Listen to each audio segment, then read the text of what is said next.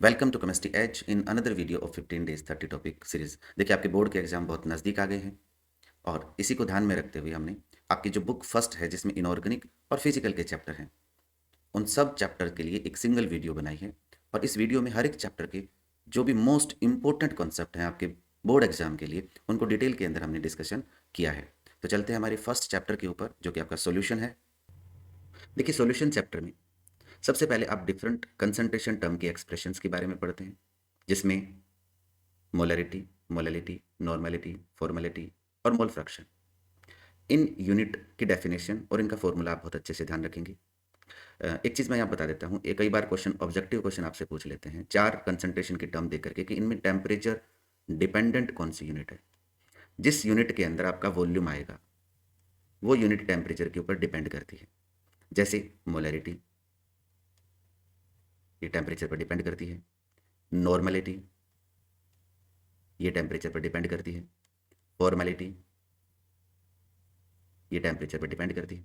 और टेम्परेचर से जो इंडिपेंडेंट है उनके अंदर मोलैलिटी हो गया, क्योंकि यहाँ पर वॉल्यूम टर्म नहीं आती है। मोल फ्रैक्शन हो गया,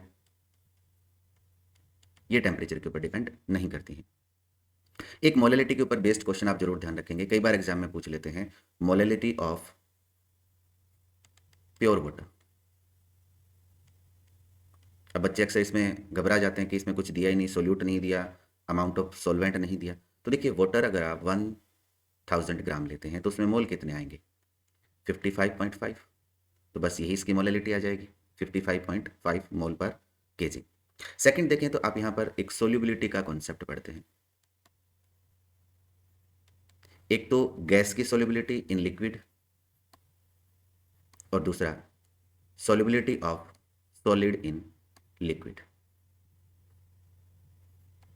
देखिए, अगर गैस की सोल्यूबिलिटी की मैं बात करूं तो यहाँ सबसे जो रिमार्केबल इफेक्ट पड़ता है वो प्रेशर का पड़ता है। और प्रेशर के इफेक्ट को एक्सप्लेन करने के लिए आप हेनरी लॉ पढ़ते हैं, जिसके लिए हमने एक सेपरेट वीडियो बना रखी है।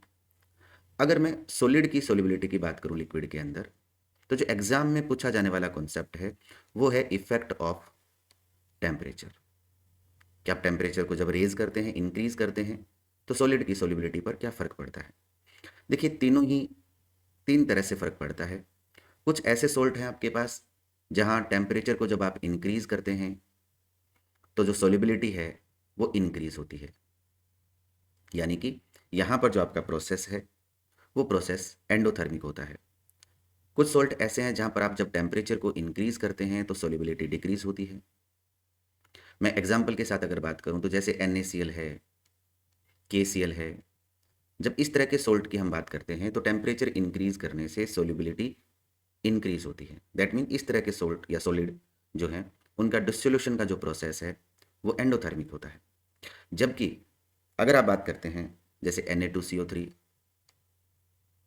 डॉट H2O, आप बात करते हैं कॉपर सल्फेट की, आप बात करते हैं Li2SO4 लिथियम सल्फेट की, तो जब आप यहाँ टेम्परेचर को इंक्रीज करते हैं तो इनकी सोल्यूबिलिटी डिक्रीज होती है, क्योंकि इनका जो डिसोल्यूशन का जो प्रोसेस है वो किस तरह का होता है? एक्सोथर्मिक प्रोसेस होता है। अब मैं एक सोल्ट जैसे Na2CO3 डॉट 10H2O की बात कर रहा हूँ। यहाँ इस तरह के सोल्ट के लिए ना तो टेम्परेचर इंक्रीज करने से सोल्यूबिलिटी कॉन्टिन्यूसली इंक्रीज होती है और ना ही डिक्रीज होती है। जब आप यहाँ पर 34 डिग्री सेंटीग्रेड टेम्परेचर तक इंक्रीज करते हैं तो सोल्यूबिलिटी आपकी इंक्रीज होती है।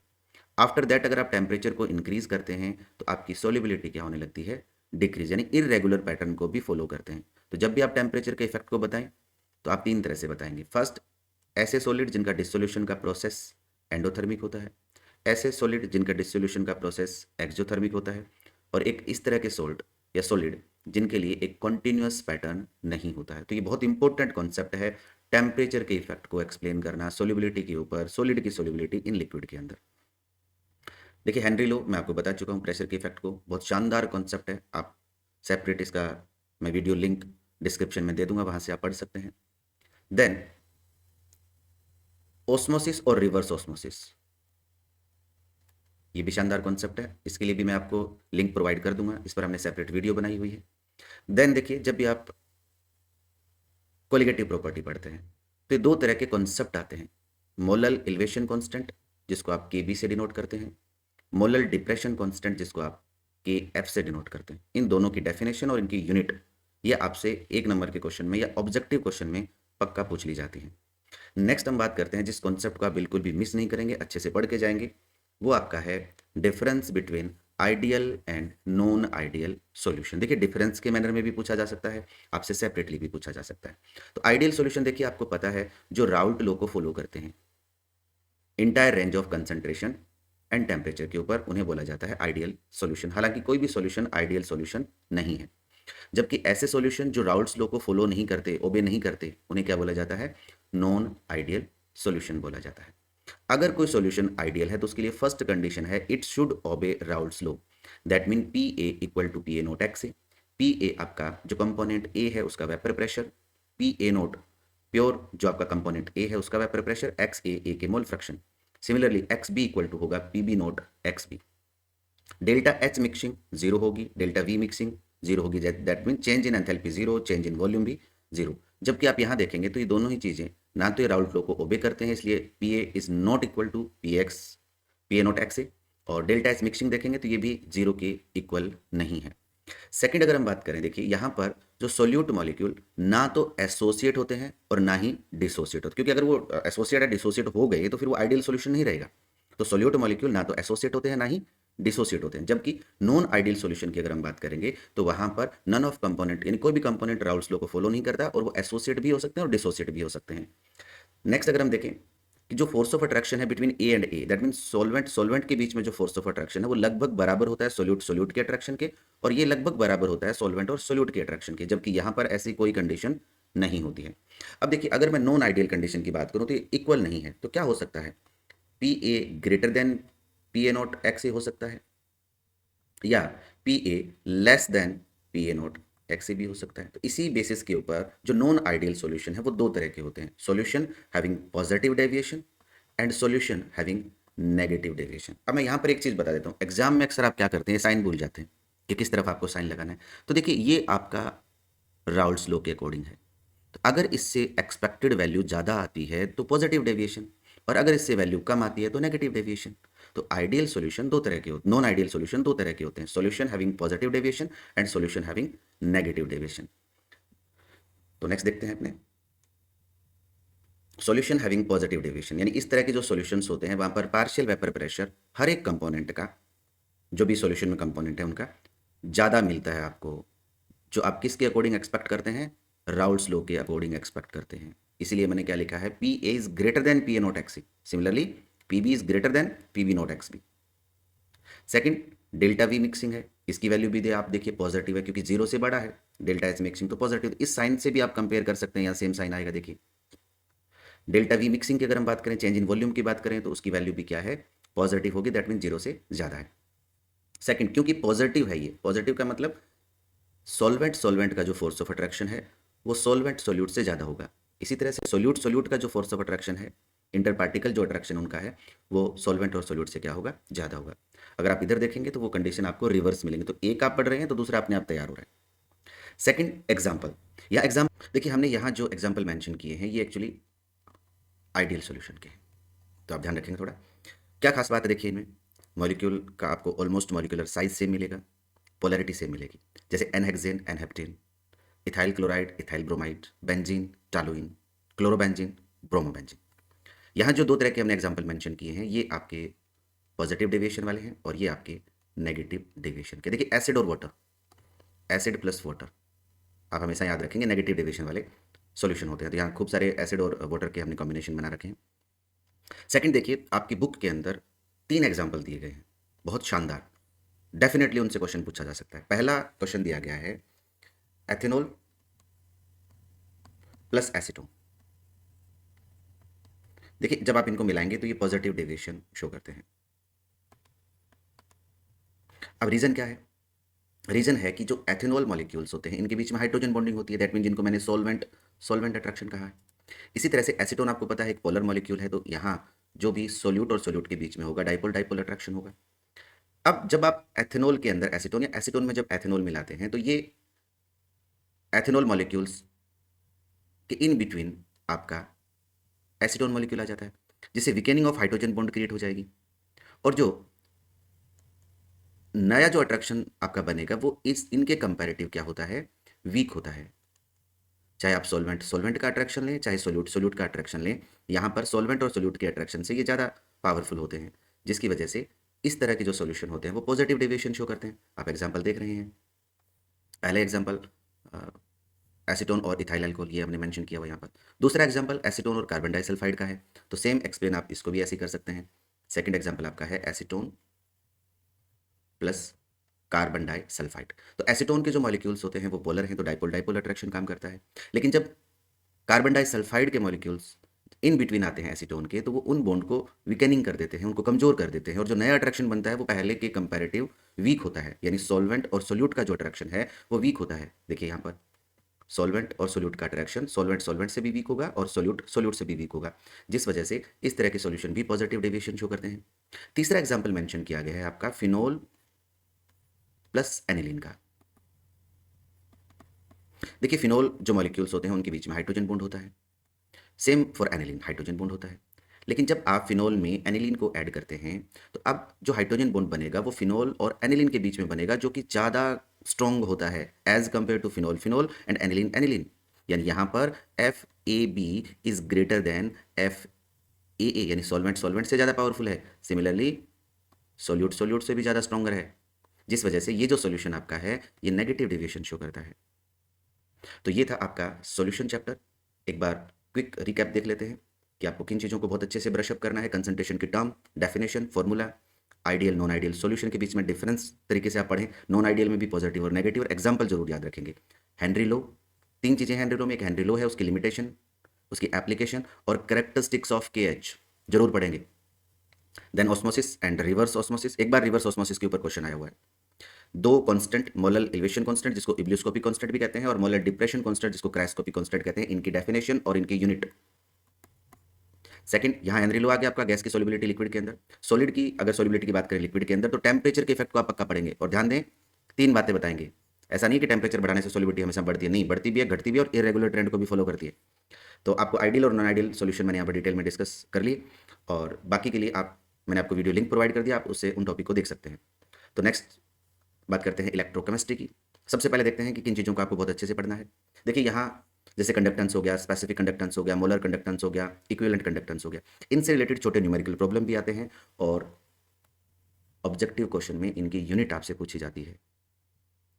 इसी तरह से नॉन्स इक्वेशन, हमने एक सेपरेट वीडियो बना रखी है, आप नॉन्स इक्वेशन को डिटेल में पढ़ सकते हैं। वहाँ पर किन बातों को आप भूलेंगे ये भी हमने बता रखा है। प्राइमरी सेल और सेकेंडरी सेल, देखिए यहाँ आपसे कंस्ट्रक्शन कोई नहीं पूछता है, सिर्फ और सिर्फ आपसे सेल रिएक्शन पूछते हैं, तो आप इन सेल को अच्छे से तैयार करेंगे। नेक्स्ट आपका इसमें कॉन्सेप्ट आता है जो कि कोलराउश लॉ आता है। देखिए जब भी आप डाइल्यूशन के इफेक्ट को देखते हैं स्ट्रॉन्ग और वीक इलेक्ट्रोलाइट के ऊपर, तो वहाँ पर एक ग्राफ बना हुआ है। ये ग्राफ आपका KCl के लिए बनाया गया है, जो कि एक स्ट्रॉन्ग इलेक्ट्रोलाइट है। एक एसिटिक एसिड के लिए कुछ इस तरह से बनाया गया है। देखिए अब यहाँ प्रॉब्लम ये है कि आप जब इस ग्राफ को एक्स्ट्रापोलेट करते हैं, that mean concentration approaches to zero, तो इसे बोला जाता है इनफाइनाइट डाइल्यूशन। अब इनफाइनाइट डाइल्यूशन पर अगर आपका कोई स्ट्रॉन्ग इलेक्ट्रोलाइट है, तो उसके लिए तो आप क्या कैलकुलेट कर सकते हैं, molar conductance eight infinite dilution calculate कर सकते हैं। लेकिन अगर आपका वीक इलेक्ट्रोलाइट है जैसे कि एसिटिक एसिड है, आप इसके लिए अगर इनफाइनाइट डाइल्यूशन पर मोलर कंडक्टेंस कैलकुलेट करना चाहते हैं, तो ग्राफ तो आपका ऑलमोस्ट पैरेलल हो जाएगा। तो ये तो पॉसिबल नहीं है कि आप इससे कैलकुलेट कर सकें। तो इसके लिए कौन सा लॉ दिया गया था, कोलराउश लॉ दिया गया था, जो क्या कहता है कि मान लीजिए आपके पास कोई इलेक्ट्रोलाइट A और B है। इनफाइनाइट डाइल्यूशन का मतलब हो गया कि 100% आपका डिसोसिएट हो गया।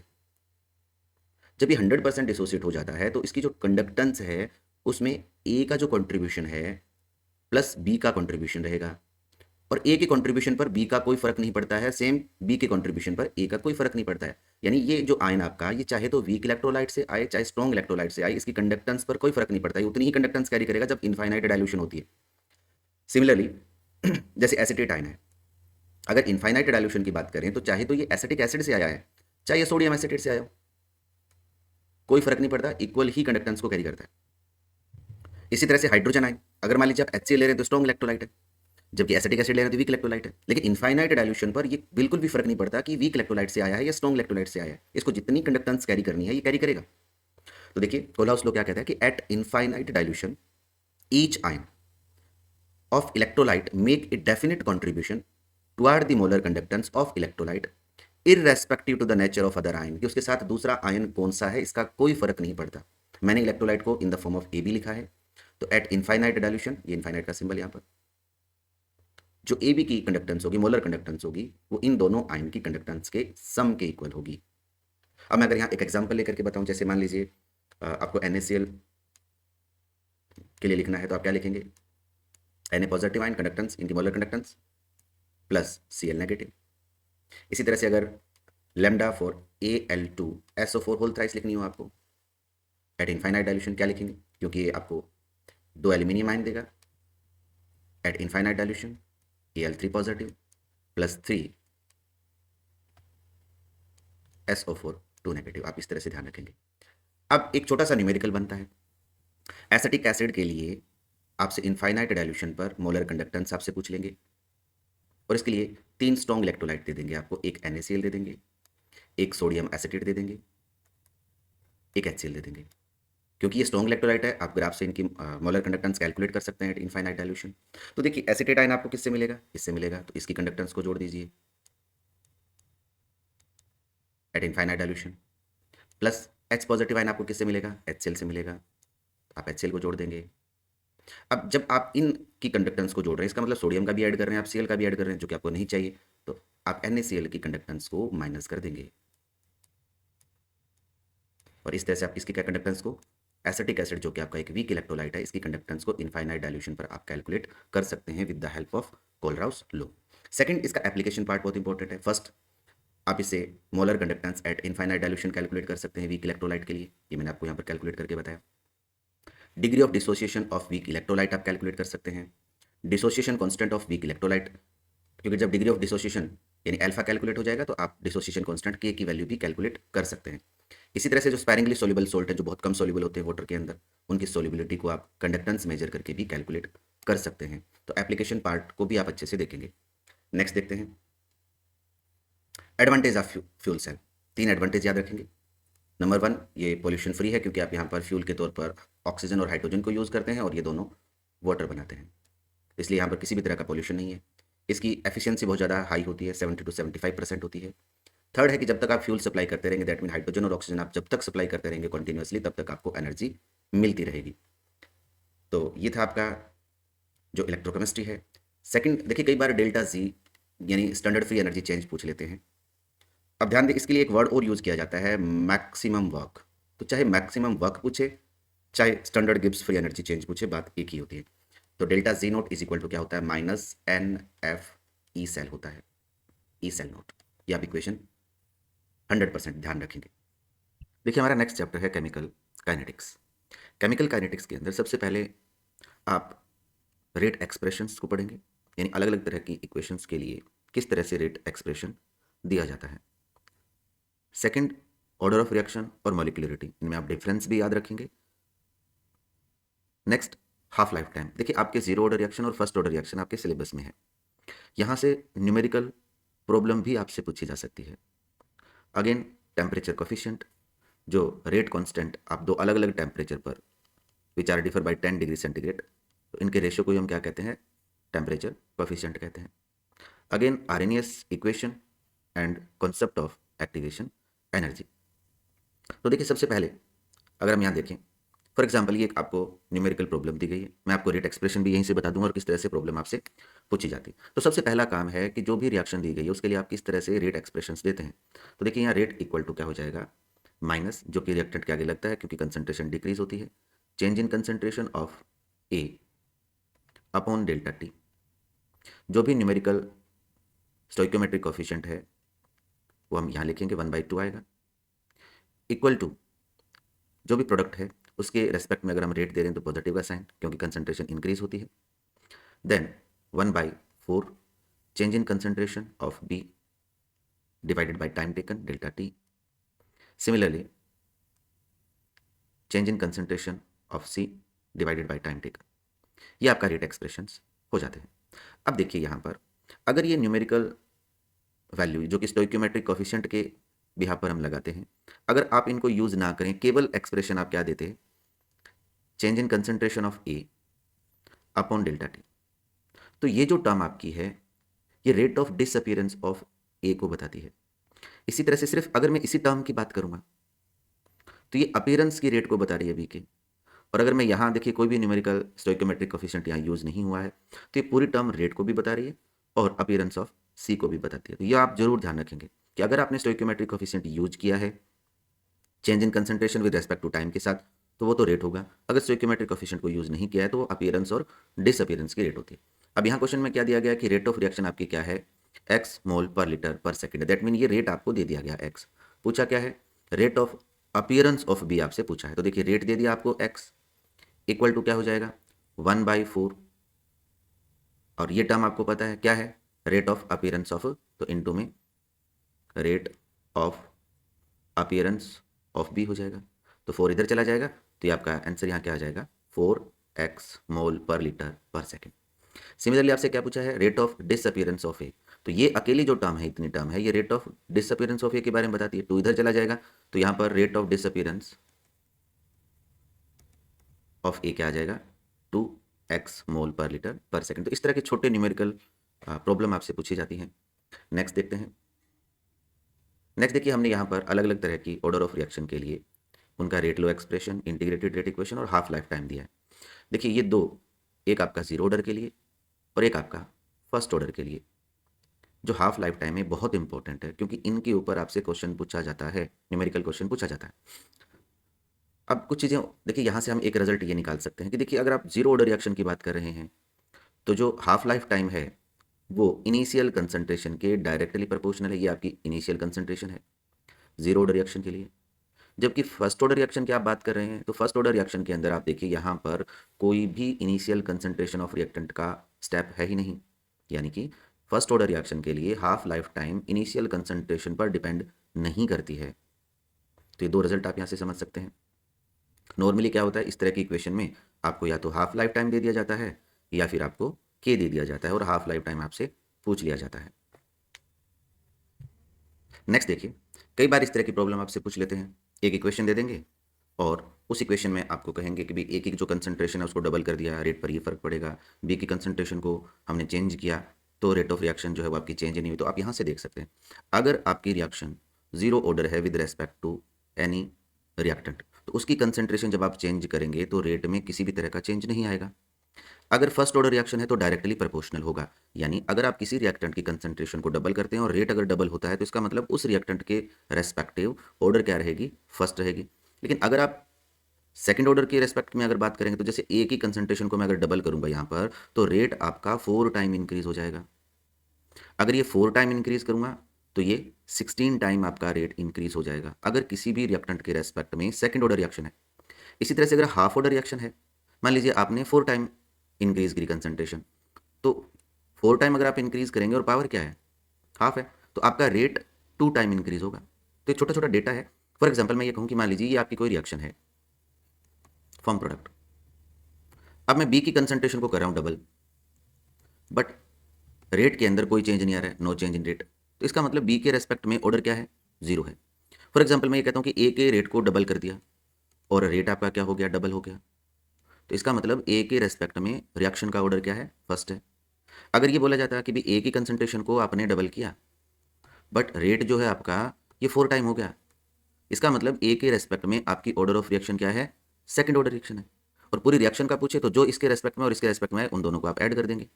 अभी मान लीजिए ये कॉम्बिनेशन होता तो देखिए ए के रेस्पेक्ट में जब आप कंसंट्रेशन को डबल करते हैं तो रेट आपका डबल हो रहा है। इसका मतलब ए के साथ फर्स्ट ऑर्डर रिएक्शन है ये और बी के साथ जीरो ऑर्डर रिएक्शन है तो ओवरऑल ऑर्डर क्या आ जाएगी 1 आ जाएगी। अगर ये फर्स्ट और थर्ड कंडीशंस होती कि ए का कंसंट्रेशन आप डबल कर रहे हैं रेट 4 टाइम हो रहा है तो यानी कि ए के रेस्पेक्ट में आपकी सेकंड ऑर्डर रिएक्शन होती और बी के रेस्पेक्ट में 1 तो ओवरऑल ऑर्डर रिएक्शन की क्या आ जाती सेकंड ऑर्डर रिएक्शन आ जाती। तो इस तरह के छोटे क्वेश्चन आपसे पूछे जा सकते हैं। इवन ये ऑब्जेक्टिव जो प्रॉब्लम है वहाँ पर भी आपसे इस तरह के क्वेश्चन पूछे जा सकते हैं। तो आप अच्छे से इस टेबल को पढ़ें। सबसे पहले zero order reaction rate expression integrated rate equation और हाफ लाइफ टाइम।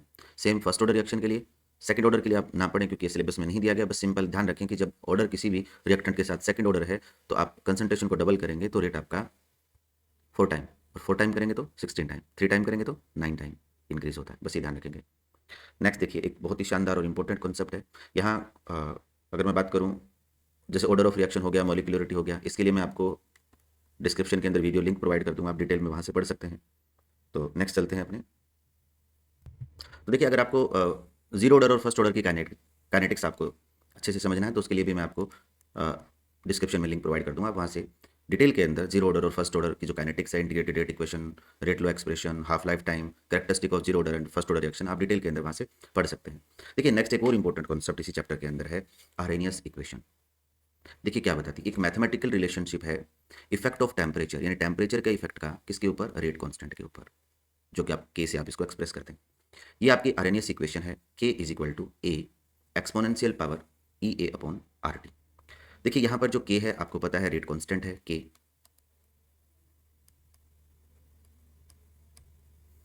ए जो है इसे बोला जाता है प्री एक्सपोनेंशियल फैक्टर या फ्रीक्वेंसी फैक्टर, टी आपका टेम्परेचर है केल्विन के अंदर, ई ए आपकी एक्टिवेशन एनर्जी है।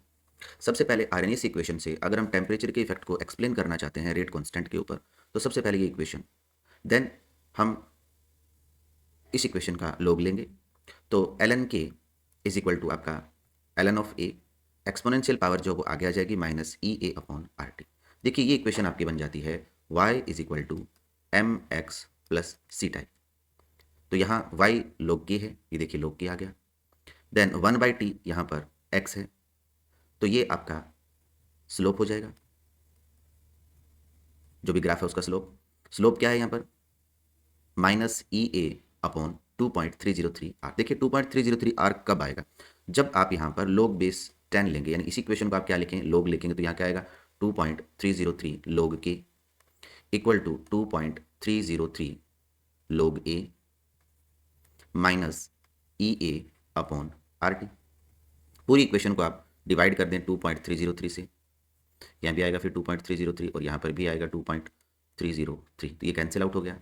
आपकी इक्वेशन क्या बन गई, log k is equal to log of a minus E A upon 2.303 R T. तो देखिए अगर यहाँ पर log k लिया गया है तो 2.303 आएगा। अगर यहाँ पर ग्राफ बनाया जाता आपका ln of k versus 1/t के बीच, तो जो स्लोप आपका आता वो minus E A upon R आता। ये डेफिनेटली आप याद रखेंगे, क्योंकि ऑब्जेक्टिव प्रॉब्लम बनाई जा सकती है इसके बेसिस पर। देन अगर आप टेम्परेचर के इफेक्ट को आप एक्सप्लेन करना चाहते हैं, तो दो अलग अलग टेम्परेचर की हम बात करेंगे। अलग अलग टेम्परेचर, जैसे मान लीजिए हम दो टेम्परेचर पर बात करें, एक आपका टेम्परेचर T1 है और दूसरा टेम्परेचर T2 है। तो इसी इक्वेशन को हम अगर T1 टेम्परेचर पर लिखें, तो मान लीजिए उस टाइम आपका जो कॉन्स्टेंट है उसे K1 से एक्सप्रेस कर रहे हैं, तो K1 इज इक्वल टू क्या आएगा, pre exponential factor, then exponential power minus E A upon R T1, बाकी चीज़ें तो कॉन्स्टेंट है। देन K2 इक्वल टू क्या हो जाएगा आपका, A exponential power minus E A upon R T2। दोनों साइड में आप लॉग लेंगे, तो आप इसे क्या लिख सकते हैं, अभी हमने इक्वेशन को सोल्व किया था, देखिए आप इस फॉर्म में इक्वेशन को डायरेक्ट लिख सकते हैं, कोई दिक्कत नहीं है। क्या हो जाएगी आपकी equation, log K1 equal to log A minus E A upon 2.303 R T1, और ये इक्वेशन आपकी बन जाएगी log K2 equal to log A minus E A upon 2.303 R T2। देखिए इस तरह से आप दो इक्वेशन निकालेंगे। देन जो आपकी सेकंड इक्वेशन है, इसमें से फर्स्ट इक्वेशन को आप माइनस कर देंगे, सबट्रैक्ट कर देंगे, that mean log K2 minus log K1। तो देखिए ये log A तो log A से कैंसिल आउट हो जाएगा, ई ए अपॉन 2.303 आर कॉमन है, तो ये आ जाएगा आपका ई ए अपॉन 2.303 आर, और ब्रैकेट में आ जाएगा 1 upon T1 minus 1 upon T2। अब आप सोचेंगे कि इक्वेशन तो हमने 2 में से 1 माइनस किया है, तो 1 upon T2 minus 1 upon T1 आना चाहिए, बट हमने साइन भी तो चेंज किया है। अगर आप ऐसा लिखेंगे तो यहाँ माइनस का साइन आएगा। बस इन्हीं छोटी छोटी बातों का आपको ध्यान रखना है। देन देखिए तो आपकी log x minus log y हो गया, जिसको log x अपॉन y लिख सकते हैं अपने, तो ये आ गया आपका log K2 upon log K1 is equal to E A upon 2.303 R, and then common लेकर के हम T2 minus T1 upon T1 T2 लिखते हैं। देखिए ये इक्वेशन आप आराम से याद रख सकते हैं, T2 ज़्यादा है इसीलिए तो हम उसमें से T1 को माइनस कर रहे हैं। तो ये इक्वेशन जो है वो दो अलग अलग टेम्परेचर अगर आपके पास हैं, तो K1 और K2 पर क्या चेंजेस आएंगे उनके बारे में आपको एक्सप्लेन करती है। दैट मीन मैथमेटिकल एक्सप्रेशन है effect of temperature on rate constant. Next देखिए, यहाँ पर ऑर्डर ऑफ मॉलिक्यूलरिटी के अंदर एक शूडो ऑर्डर रिएक्शन भी है। मैंने इसको डिटेल के अंदर इसी टॉपिक में एक्सप्लेन किया हुआ है, तो आप अच्छे से शूडो ऑर्डर रिएक्शन और इसका एक एग्जांपल, डेफिनेशन और एक एग्जांपल आप जरूर याद रखेंगे। सेकंड देखिए, अगर किसी भी रिएक्शन में किसी भी रिएक्टेंट को अगर एक्सेस लिख दिया जाए और आपसे पूछे कि इसके रेस्पेक्ट में ऑर्डर बताइए क्या है, तो जो एक्सेस में लिया गया है, क्योंकि टाइम के साथ उसकी कंसंट्रेशन में चेंज नहीं आता है, इसलिए जो एक्सेस में लिया गया है उसके रेस्पेक्ट में ऑर्डर ऑफ रिएक्शन क्या होगी, 0 होगी। तो छोटी छोटी बातें आप जरूर ध्यान रखें। तो नेक्स्ट हमारा चैप्टर देखते हैं, D and F block element. देखिए सबसे पहले अगर मैं डी और एफ ब्लॉक एलिमेंट की बात करूं, तो 100% आप इलेक्ट्रॉनिक कॉन्फ़िगरेशन अच्छे से, उनकी इलेक्ट्रॉनिक कॉन्फ़िगरेशन आपको पता होना चाहिए।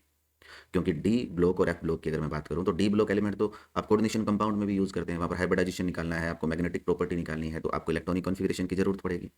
और डी ब्लॉक के किसी भी एलिमेंट की प्रॉपर्टी अगर आपको समझानी है, किसी भी प्रॉपर्टी को एक्सप्लेन करना है, तो डेफिनेटली आपको इलेक्ट्रॉनिक कॉन्फ़िगरेशन आनी ही चाहिए। उसके बाद अगर हम देखें, कुछ डी ब्लॉक एलिमेंट की प्रॉपर्टीज़ दी गई हैं, चाहे उनका एटॉमिक और आयनिक साइज हो, ऑक्सीडेशन स्टेट हो। अब देखिए ऑक्सीडेशन स्टेट को अगर एक्सप्लेन करना है तो किसकी नीड रहेगी, डेफिनेटली इलेक्ट्रॉनिक कॉन्फ़िगरेशन की नीड रहेगी। कौन सी ऑक्सीडेशन स्टेट स्टेबल है, कौन सी स्टेबल नहीं है, तो इलेक्ट्रॉनिक कॉन्फ़िगरेशन की जरूरत पड़ेगी। या और बाकी भी प्रॉपर्टी है, चाहे उनका रिडक्शन पोटेंशियल को आप एक्सप्लेन करना चाहेंगे, तो भी आपको इलेक्ट्रॉनिक कॉन्फ़िगरेशन की जरूरत पड़ेगी। तो इलेक्ट्रॉनिक कॉन्फ़िगरेशन अच्छे से जरूर देखें, और एलिमेंट तो याद होने ही चाहिए। अब कुछ प्रॉपर्टीज़ की मैं बात करता हूँ जो बार बार एग्जाम में रिपीट हो रही हैं। जैसे पहली प्रॉपर्टी है कि भाई ये कॉम्प्लेक्स फॉर्मेशन करते हैं, क्योंकि जब आप कोऑर्डिनेशन कंपाउंड पढ़ते हैं तो मोस्टली आप देखेंगे वहाँ पर डी ब्लॉक के एलिमेंट के आप कोऑर्डिनेशन कंपाउंड पढ़ते हैं। रीज़न क्या है इसका? रीज़न है एक तो स्मॉलर साइज, कि जो डी ब्लॉक के एलिमेंट होते हैं उनका साइज स्मॉलर होता है। सेकेंड, हायर चार्ज डेंसिटी होती है। थर्ड, क्योंकि कोऑर्डिनेशन कंपाउंड जब बनते हैं तो डी ऑर्बिटल का यूज़ किया जाता है, जैसे ऑक्टाइडल कॉम्प्लेक्स बनता है तो डी ऑर्बिटल यूज़ किए जाते हैं। तो इनके पास यानी डी ब्लॉक एलिमेंट के पास किसकी अवेलेबिलिटी होती है, वैकेंट डी ऑर्बिटल की अवेलेबिलिटी होती है। तो ये तीन रीज़न है, smaller size, higher charge, availability of vacant D orbital, जिसकी वजह से ये कॉम्प्लेक्स फॉर्मेशन करते हैं। नेक्स्ट जो प्रॉपर्टी लास्ट एग्जाम में पूछी गई थी, कैटालिटिकल प्रॉपर्टीज। ये रीज़न क्या है इनका कैटालिटिकल प्रॉपर्टी का? देखिए दो रीज़न है कैटालिस्ट बनने के। एक तो जब आप इनका पाउडर वगैरह आप यूज़ करते हैं तो जो गैसियस मॉलिक्यूल होते हैं वो इनकी सरफेस के ऊपर एडजॉर्ब हो जाते हैं, जिसकी वजह से क्लोज प्रॉक्सिमिटी क्रिएट हो जाती है रिएक्टेंट के बीच में। यानी रिएक्टेंट के जो मॉलिक्यूल्स होते हैं वो पास पास आ जाते हैं एक ही सरफेस के ऊपर, वो एडजॉर्ब होने की वजह से। तो इसलिए एडजॉर्प्शन के लिए क्या प्रोवाइड करते हैं, सरफेस प्रोवाइड करते हैं। सेकंड, आपको पता है कि इनका एक कैरेक्टरिस्टिक ये भी है कि ये वेरिएबल ऑक्सीडेशन स्टेट शो करते हैं, जिसकी वजह से रिएक्टेंट के साथ रिएक्ट करते हैं और एक इंटरमीडिएट बना लेते हैं अपनी किसी दूसरी ऑक्सीडेशन स्टेट के अंदर। फॉर एग्जाम्पल जैसे कॉन्टैक्ट प्रोसेस है, यहाँ हम क्या करते हैं, सल्फर डाइऑक्साइड को सल्फर ट्राइऑक्साइड में कन्वर्ट करते हैं in the presence of vanadium pentoxide. तो यहाँ वेनेडियम +5 ऑक्सीडेशन स्टेट है, ये क्या करता है, खुद पहले सल्फर डाइऑक्साइड को सल्फर ट्राइऑक्साइड में कन्वर्ट करता है और खुद आ जाता है अपनी 4 ऑक्सीडेशन स्टेट के अंदर। देन ये खुद ऑक्सीजन के साथ रिएक्ट करता है और क्या बना देता है, वेनेडियम पेंटाऑक्साइड अगेन बना लेता है। तो ये पॉसिबल क्यों हुआ, क्योंकि ये किस तरह की ऑक्सीडेशन स्टेट शो करते हैं, वेरिएबल ऑक्सीडेशन स्टेट शो करते हैं। तो कैटालिस्ट होने का कारण क्या है, फर्स्ट ये एडजॉर्प्शन के लिए सरफेस प्रोवाइड करते हैं जिसकी वजह से रिएक्शन हो पाती है। सेकंड, ये वेरिएबल ऑक्सीडेशन स्टेट शो करते हैं। Next, alloy formation. अब एलॉय क्या होता है, होमोजेनस मिक्सचर होता है टू और मोर मेटल। तो देखिए मान लीजिए एक आपके पास मेटल का कोई क्रिस्टल है और आप दूसरे मेटल को डिस्प्लेस करना चाहते हैं, किसी एक एटम की जगह पर किसी दूसरे मेटल का एटम लेकर आना चाहते हैं, तो क्या इक्वल होना चाहिए, ऑलमोस्ट साइज जो है वो इक्वल होना चाहिए। और जब आप इन एलिमेंट के साइज की बात करते हैं तो इनका एटॉमिक साइज के अंदर बहुत ज़्यादा वेरिएशंस नहीं है, ऑलमोस्ट सिमिलर एटॉमिक साइज है, जिसकी वजह से आप एक मेटल के क्रिस्टल के अंदर दूसरे मेटल के एटम को सब्स्टिट्यूट कर सकते हैं। दैट्स वाई एलॉय फॉर्मेशन ये करते हैं। इसके बाद अगर मैं बात करूं कुछ क्वेश्चंस जो अलग अलग प्रॉपर्टीज से आपसे पूछे जा सकते हैं, जैसे फर्स्ट क्वेश्चन आपका है कि जो इनका रिडक्शन पोटेंशियल दिया गया है वो कॉपर के लिए तो पॉजिटिव है, रीज़न क्या है इसका? कॉपर के लिए आप सबको पता है क्या है वैल्यू, पॉजिटिव 0.34 वोल्ट है, बाकी के लिए आप देखते हो तो क्या है, नेगेटिव वैल्यू है। अब इसका रीज़न क्या है? देखिए रीज़न इसका है कि जो कॉपर है उसके लिए हाई एंथैल्पी ऑफ एटोमाइजेशन, यानी एटोमाइजेशन की जो एंथैल्पी है उसकी वैल्यू बहुत ज़्यादा हाई होती है। सेकंड, कॉपर का इलेक्ट्रॉनिक कॉन्फ़िगरेशन आप देखिए क्या होता है, 3d10 4s1। तो अगर फर्स्ट आयनाइजेशन एंथैल्पी की आप बात करते हैं तो वो वैल्यू तो कम है, बट सेकंड आयनाइजेशन एंथैल्पी, क्योंकि नेक्स्ट इलेक्ट्रॉन आप 3d10 से निकालते हैं, तो इन दोनों का जो सम है वो वैल्यू ज़्यादा हाई रहती है, यानी high value of enthalpies. Ionisation enthalpy की बात हो रही है, first ionisation enthalpy plus second ionisation enthalpy, और ये दोनों ही वैल्यू हाई होने के रीजन की वजह से ही कॉपर का जो रिडक्शन पोटेंशियल है वो किस में है, पॉजिटिव के अंदर है। सेकंड अगर हम देखेंगे, जब first row transition element reduction value show irregular trend. Irregular trend क्यों है, आप देखिए एक टेबल बनी हुई है आपकी बुक के अंदर, वहां पर ना तो वैल्यू कॉन्स्टेंटली बढ़ रही है और ना ही कॉन्स्टेंटली डिक्रीज हो रही है, इसलिए हमने कहा इरेगुलर ट्रेंड है। तो ट्रेंड किसकी वजह से है, फर्स्ट देखिए यहां पर हमने एक बात बताई कि आयनाइजेशन एंथैल्पी का अगर ये कम या ज्यादा होगी तो वैल्यू चेंज हो जाएगी। इसका मतलब रीजन पहला क्या है यहाँ पर कि due to irregular variation in ionisation enthalpy, कि जो 3D के मेंबर हैं वहां पर आयनाइजेशन एंथैल्पी का कोई रेगुलर पैटर्न नहीं है, इरेगुलर वेरिएशन है। और सेकंड, इरेगुलर सब्लिमेशन एंथैल्पी, यानी एटमाइजेशन की जो एंथैल्पी है वो भी इरेगुलर है। जैसे जिंक के लिए तो बहुत कम होती है ये वैल्यू, अगर मैं Mn के लिए बात करूं तो Mn के लिए भी ये वैल्यू कम होती है। तो इरेगुलर है heat of enthalpy of atomisation या एंथैल्पी ऑफ सब्लिमेशन, और आयनाइजेशन एंथैल्पी भी इरेगुलर है, जिसकी वजह से जो इनके रिडक्शन पोटेंशियल का ट्रेंड है वो भी इरेगुलर है। नेक्स्ट देखिए, which is strong reducing agent, Fe2 positive और Cr2 पॉजिटिव। तो देखिए अगर Cr2 पॉजिटिव रिड्यूसिंग है तो ये किस में कन्वर्ट होगा, Cr3 पॉजिटिव में कन्वर्ट होगा और एक इलेक्ट्रॉन को रिलीज करेगा। कॉपर का इलेक्ट्रॉनिक कॉन्फ़िगरेशन क्या होता है, 3d5 4s1।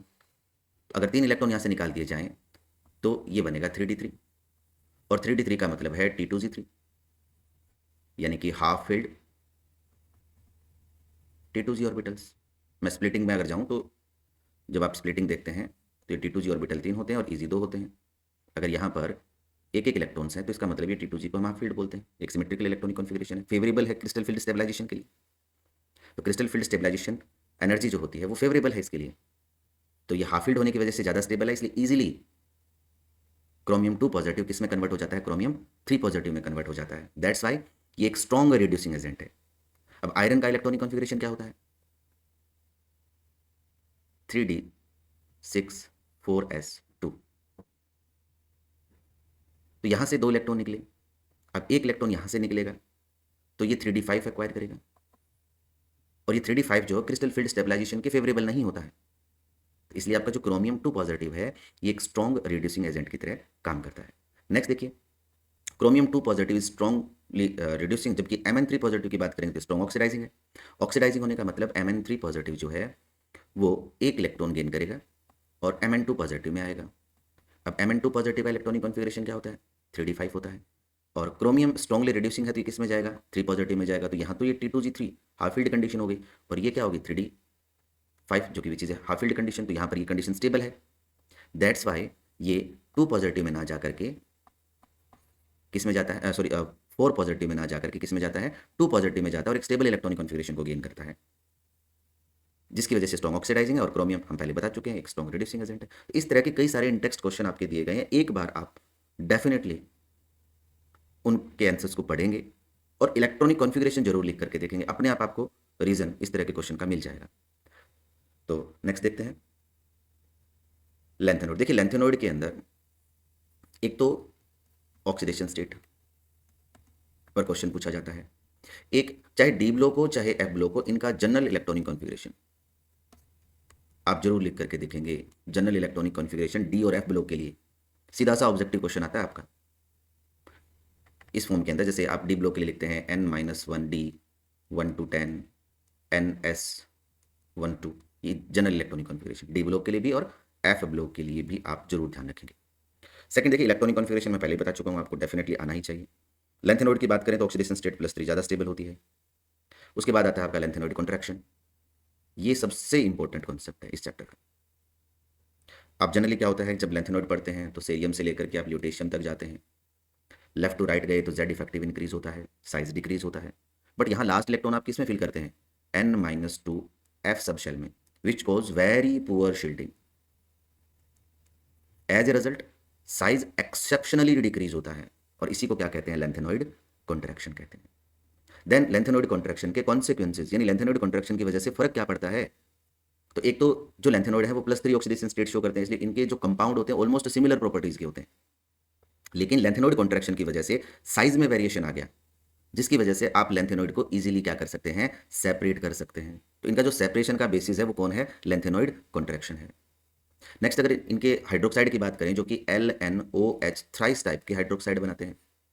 अब जब आप लेफ्ट टू राइट जाते हैं तो लेफ्ट टू राइट जाने पर आयनिक साइज क्या होता है, डिक्रीज होता है। और आयनिक साइज डिक्रीज होने के साथ साथ इनकी जो बेसिक स्ट्रेंथ है वो डिक्रीज होती जाती है। यानी अगर आप सेरियम के हाइड्रोक्साइड की बात करेंगे तो ये तो मोर बेसिक है, जबकि अगर आप ल्यूटेशियम के हाइड्रोक्साइड की बात करेंगे तो ये लेस बेसिक है। Next, similarity in second and third transition series, क्योंकि जब भी आप पढ़ते हैं, देखिए फर्स्ट जो ट्रांजिशन सीरीज है वो स्कैंडियम से, देन यूट्रियम से, उसके बाद लेंथेनम, और लेंथेनम के बाद कौन आ जाते हैं आपके, ये लेंथेनॉइड एलिमेंट आ जाते हैं। और जिसकी वजह से क्या होता है, यहाँ लेंथेनॉइड कॉन्ट्रैक्शन की वजह से इसके आगे के जो एलिमेंट है उन पर भी लेंथेनॉइड कॉन्ट्रैक्शन का इफेक्ट पड़ता है, और साइज जो है वो थर्ड ट्रांजिशन का फोर्थ ट्रांजिशन सीरीज के ऑलमोस्ट इक्वल हो जाता है। इसलिए सेकंड ट्रांजिशन सीरीज के जो एलिमेंट हैं वो थर्ड ट्रांजिशन सीरीज के एलिमेंट के साथ प्रॉपर्टीज में सिमिलरिटी शो करते हैं। इनका आयनिक size, atomic size almost equal होता है। रीजन, क्योंकि यहाँ कौन से एलिमेंट आगे, पहले लेंथेनॉइड जिनमें कॉन्ट्रैक्शन होता है और इस कॉन्ट्रैक्शन का इफेक्ट आगे तक भी बना रहता है। नेक्स्ट देखिए, चार एलिमेंट मैं आपको बता रहा हूँ, एक सेरियम हो गया, एक टर्बियम हो गया, ये +3 के साथ साथ +4 शो करते हैं। जबकि यूरोपियम और यूटर्बियम आप देखेंगे तो ये +2, क्योंकि इनमें 4f7 और यहाँ 4f14 होता है। यहाँ आपका एक्चुअली 4f9 होता है, तो 2 S से इलेक्ट्रॉन जाएंगे और 2 यहाँ से इलेक्ट्रॉन जाएंगे, तो ये 4f7 और ये 4f0। लेकिन स्टेबल कौन सी है, ध्यान देंगे +3 स्टेबल, यानी +4 वाला भी किस में आने की कोशिश करेगा, एक इलेक्ट्रॉन गेन करके +3 में, और ये एक इलेक्ट्रॉन लॉस करके +3 में। तो सेरियम और जो टर्बियम के सोल्ट हैं वो तो स्ट्रॉन्ग ऑक्सीडाइजिंग एजेंट की तरह काम करते हैं, जबकि यूरोपियम और यूटर्बियम के जो सोल्ट होते हैं +2 के अंदर वो रिड्यूसिंग एजेंट की तरह काम करते हैं। तो ये चार आयन आप डेफिनेटली याद रखेंगे। सेरियम +3 के साथ +4 शो करता है, टर्बियम भी +3 के साथ +4 शो करता है, यूरोपियम +3 के साथ +2 शो करता है, और इसी तरह से यूटर्बियम जो है वो भी +2 शो करता है। सीधा सा क्वेश्चन आपसे पूछा जा सकता है। अगेन आप एक्टिनोइड अगर ना भी पढ़ें तो कोई दिक्कत नहीं है, लेंथेनोइड और एक्टिनोइड के बीच में डिफरेंस जरूर पढ़ेंगे। एक छोटा सा कॉन्सेप्ट है, एक बार पूछा गया था बोर्ड एग्जाम के अंदर, मिस मेटल क्या होता है।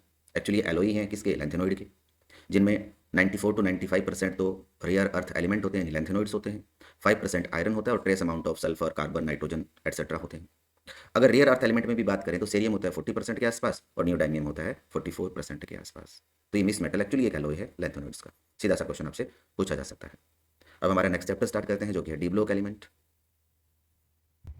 देखिए डी ब्लॉक के अंदर जो कोऑर्डिनेशन कंपाउंड का नोमेनक्लेचर है वो मैं आपको ऑलरेडी करवा चुका हूँ। वर्नर थ्योरी डिटेल में मैं आपको करवा चुका हूँ, जहाँ से आप प्राइमरी और सेकेंडरी वैलेंसी को अच्छे से पढ़ेंगे, दोनों में डिफरेंस को अच्छे से समझेंगे। आईयूपीएसी नोमेनक्लेचर के ऊपर आपसे एक या दो कंपाउंड दे करके, इवन ऑब्जेक्टिव में भी आपसे पूछा जा सकता है, कोई कंपाउंड दे दिया और उसकी नोमेनक्लेचर आपसे पूछ ली। नेक्स्ट जो हमारा कॉन्सेप्ट है वो है वीबीटी, वैलेंस बॉन्ड थ्योरी। देखिए यहाँ पोस्टुलेट आपसे कोई नहीं पूछता है, सिर्फ कंपाउंड आपको दे दिया और उनसे रिलेटेड प्रॉपर्टी आपसे पूछ लिया, हाइब्रिडाइजेशन पूछ लिया, मैग्नेटिक प्रॉपर्टी पूछ ली, आपसे कलर पूछ लिया, आपसे आउटर ऑर्बिटल या इनर ऑर्बिटल का कॉम्प्लेक्स कॉन्सेप्ट पूछ लिया, हाई स्पिन लो स्पिन का कॉन्सेप्ट आपसे पूछ लिया, 4-5 कंपाउंड दे दिया, आपको ये कह दिया कि इनमें कौन से डायमैग्नेटिक हैं, कौन से पैरामैग्नेटिक हैं, कौन से आउटर ऑर्बिटल कॉम्प्लेक्स हैं और कौन से इनर ऑर्बिटल कॉम्प्लेक्स हैं। तो सबसे पहले अगर हम वीबीटी की बात करें तो ये मान के चलती है कि जो nature of bond between metal and ligand वो 100% कोवलेंट होता है। सेकंड वीबीटी क्या कहती है कि जो भी आपका मेटल एटम या मेटल आयन है वो उतने वैकेंट ऑर्बिटल प्रोवाइड करता है जितना कि उसका कोऑर्डिनेशन नंबर होता है। उसके बाद वो वैकेंट ऑर्बिटल हाइब्रिडाइजेशन में पार्टिसिपेट करते हैं और हाइब्रिड ऑर्बिटल जनरेट करते हैं। इन हाइब्रिड ऑर्बिटल के अंदर आपका लिगेंड इलेक्ट्रॉन डोनेट करता है और कोऑर्डिनेट बॉन्ड बना लेता है। देखिए कोऑर्डिनेट बॉन्ड जो है बनने के बाद वो कोवलेंट बॉन्ड ही होता है, प्रोसेस अलग है, बट एक कोऑर्डिनेट बॉन्ड जब बन गया तो उसके बाद वो कोवलेंट बॉन्ड ही है। अब इसको ट्रिकी बेस से हम कैसे याद करेंगे कोऑर्डिनेशन हाइब्रिडाइजेशन को। देखिए सबसे पहले मैंने यहाँ पर एक्सप्लेन किया है कोऑर्डिनेशन नंबर 6 के लिए। अब देखिए कोऑर्डिनेशन नंबर 6 की अगर हम बात करें तो दो तरह के हाइब्रिडाइजेशन आपके सामने आते हैं, एक तो DsP2 और एक sp3d2। जिनमें इनर डी ऑर्बिटल काम आते हैं उन्हें कहा जाता है इनर ऑर्बिटल कॉम्प्लेक्स, और जिनमें आउटर डी ऑर्बिटल काम आते हैं उन्हें बोला जाता है आउटर ऑर्बिटल कॉम्प्लेक्स। जब भी आप किसी भी कोऑर्डिनेशन कंपाउंड जिसका कोऑर्डिनेशन नंबर 6 है उसमें हाइब्रिडाइजेशन अगर आप देख रहे हैं तो सबसे पहले आप सेंट्रल मेटल एटम को देखेंगे। अगर वो सेंट्रल मेटल एटम 4D या फिर 5D सीरीज का है या वो 3D सीरीज का है, तो पहले मैं 3D सीरीज के रेस्पेक्ट में बात करता हूं। अगर वो 3D सीरीज का एलिमेंट है देन आप देखेंगे ऑक्सीडेशन स्टेट, कि उसकी ऑक्सीडेशन स्टेट जो है वो +3 से ज़्यादा है या +3 के इक्वल या +3 से कम है। अगर +3 से ज़्यादा है तो आपको उसकी इलेक्ट्रॉनिक कॉन्फ़िगरेशन में कोई चेंज नहीं करना है। मीनिंग कि आप उसकी इलेक्ट्रॉनिक कॉन्फ़िगरेशन को आप चेंज करेंगे। चेंज करने का मतलब क्या है कि आपके पास मान लीजिए इस तरह से इलेक्ट्रॉनिक कॉन्फ़िगरेशन है 1 2 3 एंड 4। चेंज करने का मतलब ये है कि देखिए अगर आप एक इलेक्ट्रॉन को यहाँ पेयर करवा देते हैं तो जो यहाँ के 2 डी ऑर्बिटल है, आपको मान लीजिए आपने इस इलेक्ट्रॉन को यहाँ भेज दिया, तो आप अंदर वाले 2 डी ऑर्बिटल को यूज़ कर सकते हैं। तो हाइब्रिडाइजेशन कौन सा हो जाएगा? D2sp3 हो जाएगा। तो आप चेंज इन इलेक्ट्रॉनिक कॉन्फ़िगरेशन करेंगे इफ़ पॉसिबल। अब यहाँ पर भी अगर D10 होता तो आप चेंज करने का मीनिंग ही नहीं, आप अंदर के 2 डी को अवेलेबल करवा ही नहीं सकते। तो ध्यान देंगे, अगर ऑक्सीडेशन स्टेट +3 से ज़्यादा है और मान लीजिए आपके पास एक D6 इलेक्ट्रॉनिक कॉन्फ़िगरेशन का कोई आयन है। अब चेंज का मतलब क्या है कि अगर यहाँ मेटल का ऑक्सीडेशन नंबर या ऑक्सीडेशन स्टेट +4 है तो आप क्या कोशिश करेंगे कि आप इन इलेक्ट्रॉनों को यहाँ पेयर करवाएं। तो देखिए 6 इलेक्ट्रॉन है तो ये आपके 3 में पेयर हो जाएंगे और 2 डी ऑर्बिटल आपको मिल जाएंगे जिनको आप हाइब्रिडाइजेशन में पार्टिसिपेट करवाएंगे। तो हाइब्रिडाइजेशन कौन सा हो गया? D2sp3 हो गया। लेकिन अगर वहाँ पर मेटल का, सेंट्रल मेटल का की ऑक्सीडेशन स्टेट +3 या +3 से कम है तो आप देखेंगे नेचर ऑफ लिगेंड कि लिगेंड कैसे है। अब लिगेंड आपको पता है 2 तरह के होते हैं। जो लिगेंड वाटर से स्पेक्ट्रोकेमिकल सीरीज के अंदर पहले आते हैं उनको बोला जाता है वीक फील्ड लिगेंड, और जो इसके बाद आते हैं उन्हें बोला जाता है स्ट्रॉन्ग फील्ड लिगेंड। अगर स्ट्रॉन्ग फील्ड लिगेंड है तो आप अगेन इलेक्ट्रॉनिक कॉन्फ़िगरेशन में चेंज करेंगे, और अगर वीक फील्ड लिगेंड है तो आप किसी भी तरह का इलेक्ट्रॉनिक कॉन्फ़िगरेशन में चेंज नहीं करेंगे। और चेंज नहीं करने का मतलब sp3d2, और चेंज करने का मतलब अगर पॉसिबल है तो d2sp3।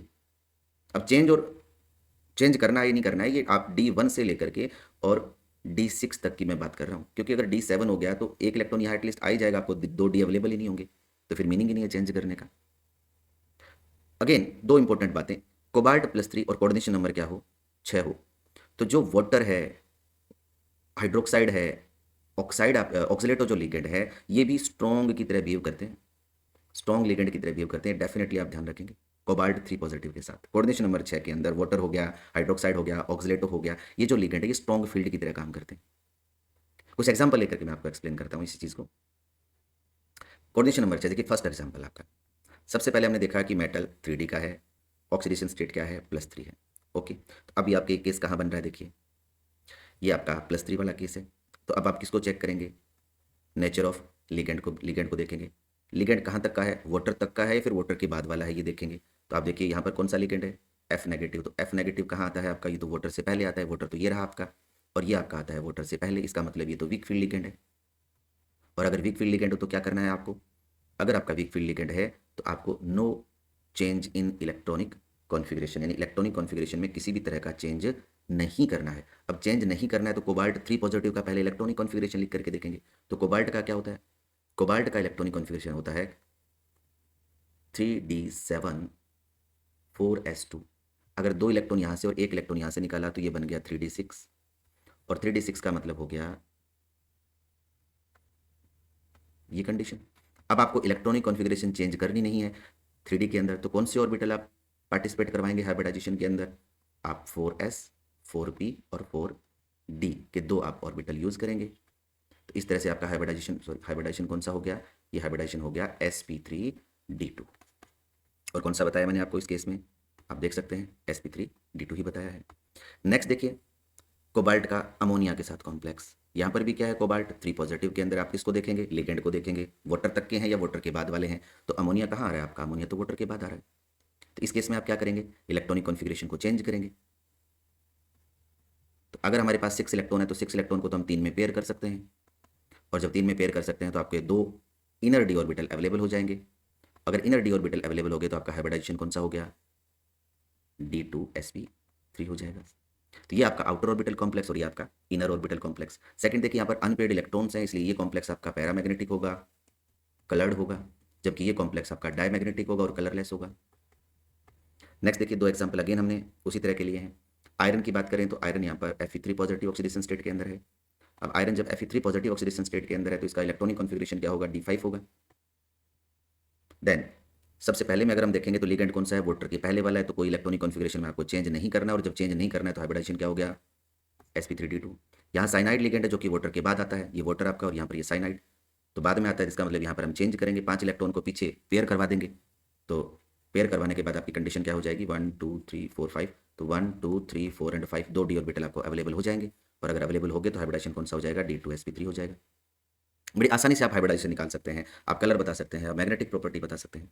नेक्स्ट देखिए, सबसे पहले देखिए मेटल 3D का तो नहीं है, 5D का मेटल है। और जब 5D का मेटल हो तो क्या करना है आपको? देखिए जब 5D 4D और 5D का मेटल हो तो चेंज इन इलेक्ट्रॉनिक कॉन्फ़िगरेशन, आपको इलेक्ट्रॉनिक कॉन्फ़िगरेशन में क्या करना है? चेंज करना है। चेंज करने का मतलब D1 से लेकर के अगर D6 तक है तो आपको चेंज करना है। तो अब यहाँ पर आपका प्लेटिनम की अगर हम देखेंगे ऑक्सीडेशन स्टेट, तो प्लेटिनम आपका आता है +2 के अंदर। और +2 की अगर हम बात करें तो +2 का इलेक्ट्रॉनिक कॉन्फ़िगरेशन होता है,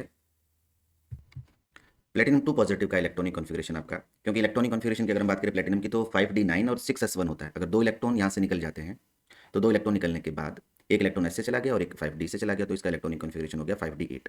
अब देखिए 8 अगर है तो आप चेंज करके करेंगे क्या? आपको 2 d ऑर्बिटल तो अवेलेबल होंगे नहीं, इसलिए हाइब्रिडाइजेशन यहाँ पर क्या हो गया? sp3d2 हो जाएगा।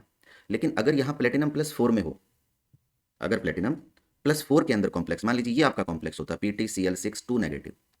अब यहाँ क्या होता है? आपका प्लेटिनम +4 होता है, 5D का मेटल है, आपको लिगेंड देखना ही नहीं है। अब आप 2 इलेक्ट्रॉन और यहाँ से निकालेंगे तो प्लेटिनम +4 का हो गया 5D6, और 5D6 का मतलब है आप आउटर जो इनर जो 2 d ऑर्बिटल है उनको हाइब्रिडाइजेशन में पार्टिसिपेट करवा सकते हैं, आपके 6 इलेक्ट्रॉन यहाँ पेयर हो जाएंगे। तो हाइब्रिडाइजेशन कौन सा हो गया यहाँ पर? यहाँ पर हो गया D2sp3। तो ये बड़ी आसानी से आप, एक तो ये स्पेक्ट्रोकेमिकल सीरीज के देखिए हैलोजन जितने भी हैं, आप देखिए जितने भी हैलोजन है FCl Br I, ये सारे के सारे वीक फील्ड लिगेंड है। ऑक्सीजन डोनर जितने भी लिगेंड है वो सारे के सारे वीक फील्ड लिगेंड्स हैं, ठीक है। नाइट्रोजन डोनर की अगर आप बात करेंगे, जैसे अमोनिया हो गया, एथिलीन डाइमीन हो गया, EDTA हो गया, ठीक है, NO2 नेगेटिव हो गया। कार्बन डोनर की अगर आप बात करेंगे तो ये सारे कार्बन और नाइट्रोजन डोनर, नाइट्रोजन डोनर इनसे ज़्यादा स्ट्रॉन्ग होते हैं कार्बन डोनर, ठीक है, इनसे कम आते हैं ऑक्सीजन डोनर और सबसे कम होते हैं हैलोजन। तो एटलीस्ट आप ये ध्यान रखेंगे तो आप आराम से पहचान लेंगे कि वीक फील्ड लिगेंड कौन सा और स्ट्रॉन्ग फील्ड लिगेंड कौन सा है। हैलोजन याद रखेंगे, oxygen donor weak field, carbon और नाइट्रोजन डोनर क्या होते हैं? स्ट्रॉन्ग फील्ड लिगेंड होते हैं। तो अगर ये आपको लिगेंड ध्यान है तो आप आराम से हाइब्रिडाइजेशन निकाल सकते हैं। नेक्स्ट देखते हैं कोऑर्डिनेशन नंबर 4 के अंदर। देखिए कोऑर्डिनेशन नंबर 4 के अंदर मैं +2 लेवल की बात करूं तो 2 तरह के हाइब्रिडाइजेशन होते हैं, एक होता है आपका sp3 और एक होता है dsp2। जब dsp2 होता है तो उस कॉम्प्लेक्स की ज्योमेट्री होती है स्क्वायर प्लेनर, और sp3 होता है तो टेट्राहेड्रन।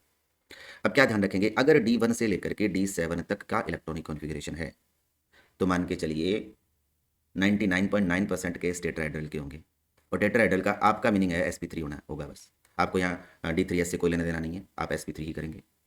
उसके बाद अगर D10 है तो आप अंदर का एक D ले ही नहीं पाएंगे, D10 अगर है तो वहाँ पर टेट्राहेड्रल यानी अगेन क्या हो गया?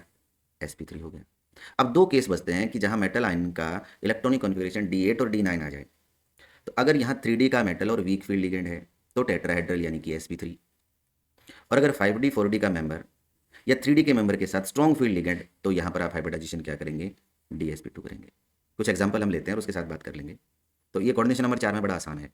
देखिए जैसे पहला एग्जाम्पल किसका में आ गया? निकल 2 पॉजिटिव। निकल 2 पॉजिटिव क्या है? D8, बट लिगेंड कैसा है? वीक फील्ड लिगेंड, क्या हो गया? sp3। आप साथ साथ इस ट्रिक को देखते जाएं, D8 था, weak field ligand sp3। Next देखिए प्लेटिनम, मेंबर किसका आ गया? 5D का, इलेक्ट्रॉनिक कॉन्फ़िगरेशन क्या है? D8 है, लिगेंड कैसा है? Weak field. तो यहाँ तो आपको देखना ही नहीं है वीक फील्ड है या स्ट्रॉन्ग फील्ड लिगेंड है, क्या हो गया? dsp2। अगेन देखिए निकल क्या है? 3D8, बट लिगेंड कैसा है? स्ट्रॉन्ग है। यहाँ क्या बताया हमने कि अगर 3D का member strong field ligand dsp2, तो आप देखिए हाइब्रिडाइजेशन क्या है यहाँ पर? dsp2 है। कॉपर D9, लिगेंड कैसा है? वीक है, हाइब्रिडेशन क्या हो गया? sp3। कॉपर 3D9, लिगेंड कैसा है? स्ट्रॉन्ग फील्ड लिगेंड, क्या हो गया? dsp2 हो गया। तो आप बड़ी आसानी से इन चीज़ों को समझ सकते हैं इस ट्रिक के माध्यम से, और जब आपका कॉम्प्लेक्स आप बना लेंगे तो उसमें इलेक्ट्रॉनिक कॉन्फ़िगरेशन का आपको पता चल गया तो आप उसकी मैग्नेटिक प्रॉपर्टी हो गया, उसका कलर हो गया, इन सब के बारे में भी आप समझा सकते हैं। नेक्स्ट देखिए कोऑर्डिनेशन कंपाउंड में नेक्स्ट जो हमारा कॉन्सेप्ट है वो है क्रिस्टल फील्ड थ्योरी। देखिए सबसे पहले हम क्रिस्टल फील्ड थ्योरी को समझते हैं। देखिए क्रिस्टल फील्ड थ्योरी क्या मान के चलती है कि जो नेचर ऑफ बॉन्ड है बिटवीन मेटल एंड लिगेंड, ये आपका प्योरली आयनिक नेचर का होता है।